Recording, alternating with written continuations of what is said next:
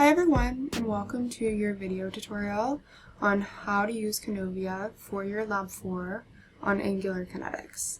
In this video, we're going to be looking at how to use Kinovea to analyze intersegmental knee angular kinetics.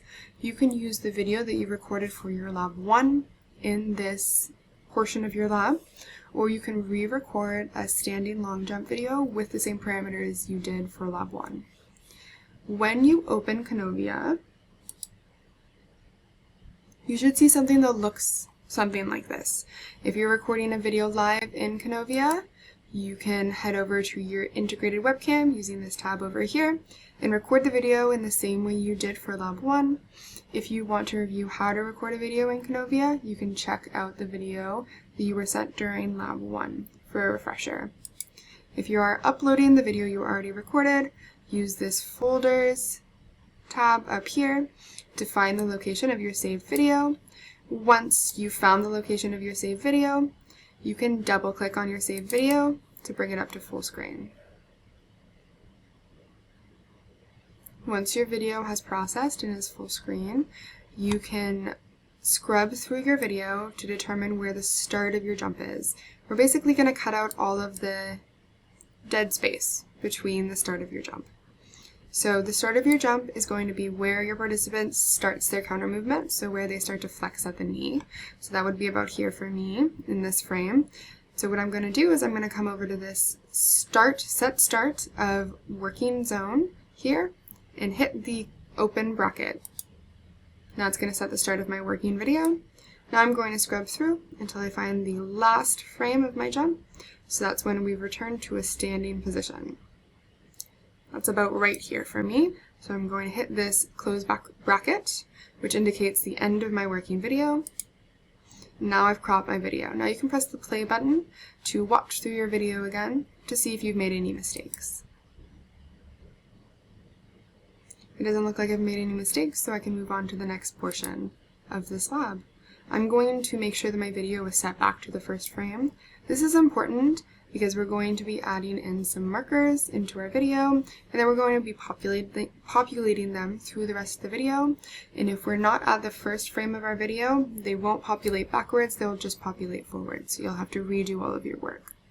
What I can do now is I'm going to head over to the Angles tool right down here, and I'm going to select that Angles tool. Now I'm going to have a crosshairs. You can see the green crosshairs is now my mouse. I'm going to hover over the center of the knee joint. Try to do as best as you can to get right over the center of that knee joint. And you're going to left click on top of the knee joint. It's going to pop up with a standard angle tool here. Now this angle tool might be set to 0 degrees, it might be set to 90 degrees. It just depends on your computer program, but either way that's okay because we're going to change the locations of each side of that angle tool. If you've made a mistake, you can click the move tool down here and just grab that angle and move the position of the knee marker for that angle. Now you're going to come up to the ends of your angle tool and grab one side, it doesn't matter which side, and pull it up so that the circle at the end of the angle tool is hovering right over top of the center of your hit marker, and drop it wherever you think is appropriate. And do the same thing with the other side. Now what you're going to do is you're going to right click over top of this angle, and it's going to bring up this pop-up menu here. I want you to click off the signed angles tool. This is just going to make sure you don't have any negative angles, which is going to make your graphs at the end look a little bit more choppy than we'd like. So we're going to click that off, and again that's going to make sure you don't have any negative angles. Now if your angle looks like this, and so it's on the outside of the knee, you're going to want to head in and click on or off the counterclockwise tool. So again, click this counterclockwise tool so until we get the angle so that it's at the inside of the knee. Now we have the intersegmental angle between the thigh and the shin. Okay, now that we've done this, we are going to right click on top of that angle again. We're going to go into configuration. Now we can name this angle. So I'm going to name it intersegmental knee angle.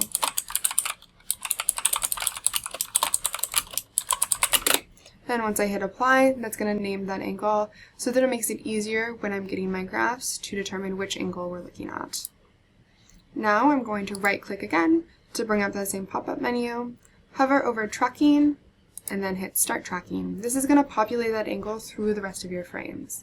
Kinovea is going to do its best to track the markers that you've added to your participant, but if Kinovea is having a hard time determining where the markers are, these data points, so the start of the angle, the middle, or the end of the angle, might pop off your markers, so you just need to go through frame by frame and remove those markers, those trackers, back onto the location of your actual markers. Okay, so I'm just going to use this go to next frame button, and you can see that the top, my hip tracker, popped off of my tracker because it confused the marker for my hand. So I'm just going to drag that back over to the center of the hip marker. I'm going to do the rest for all of the rest of the frames in my video.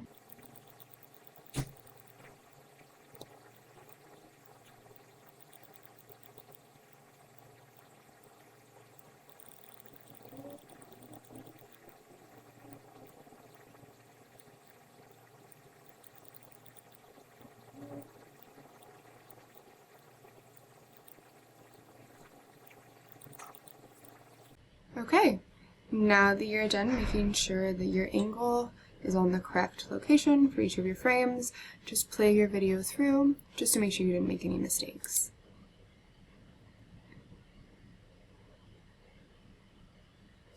So it looks like my angle is tracking correctly, so that's great. I can return to the start of my video. Now I'm going to make some graphs based on this angle that I've now added. So to pull up your graphs, you're going to go up to the Tools icon at the top of your screen and click on that Tools icon. Now go down to Angular Kinematics, and it's going to pull up a graph for you, an Angular Kinematics pop-up. So this is just a graph detailing the movement of that intersegmental knee angle. If it's zoomed in, something like this, when you open the graph, just zoom out using your trackpad or your mouse until you can see the whole graph. Now what you're going to want to do is make sure that time on our x-axis is correct. We're perfect, we're seeing time on our x-axis. You want to make sure that it is in absolute and not normalized. Okay. You also want to make sure that you have angle on your y-axis. And now you can change these labels so that they're labeled correctly with the correct units, and mine are labeled already with the correct units here. So we're indicating time in milliseconds and angle in degrees.